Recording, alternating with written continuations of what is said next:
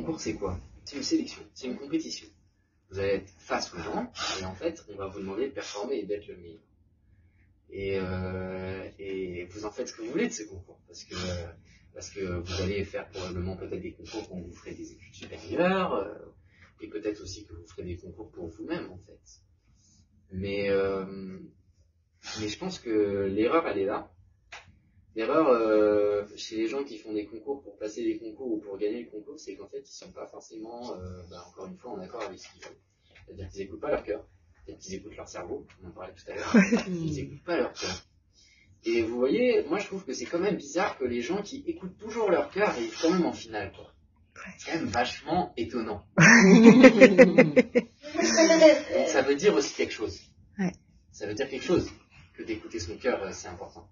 Exactement. Et même s'il y a des disciplines où écouter son cœur, c'est plus compliqué, mais écouter son intuition, c'est aussi possible. Ouais.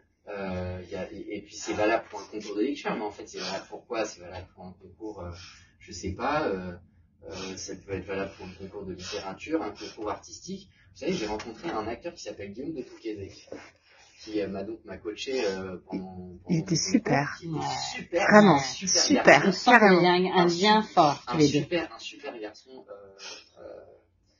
Je me souviens, j'ai super peur parce que ce texte, en fait, que je lis, Antigone, il me dépasse. Et moi, je dis à Guillaume, mais Guillaume, qu'est-ce qui se passe si je me mets à pleurer? Mon appréhension, c'était ça.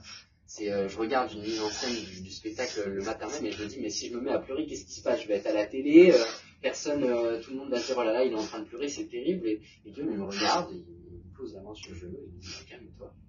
Et ben, si tu pleures, tu vas pleurer. Et c'est pas grave. C'est génial. Parce que tu vas pleurer et tu vas donner de toi. Ouais. Et toujours être connecté à soi, c'est une manière d'être authentique et surtout de faire passer le message aux autres de qui vous êtes en fait. Et les gens, ils vont se rendre compte de ça. Et un concours, c'est ça. Un concours, c'est pas qu'une note.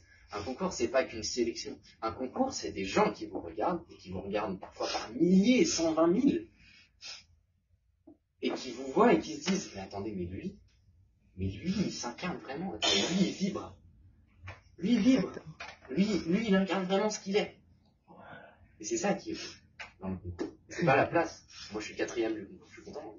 Et c'est ce que j'avais dit à Solal, je lui ai dit, ok, tu n'as pas gagné, puisqu'un concours, vous savez, ça se gagne, tu n'as pas gagné, mais pour moi, clairement, tu as réussi.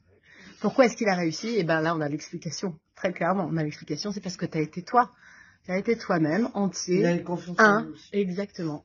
Et vous auriez vu, vous avez peut-être vu d'ailleurs, vous avez peut-être vu le passage, mais ancré, une présence, une belle ouverture du cœur, un regard, enfin, c'était magnifique, magnifique, magnifique.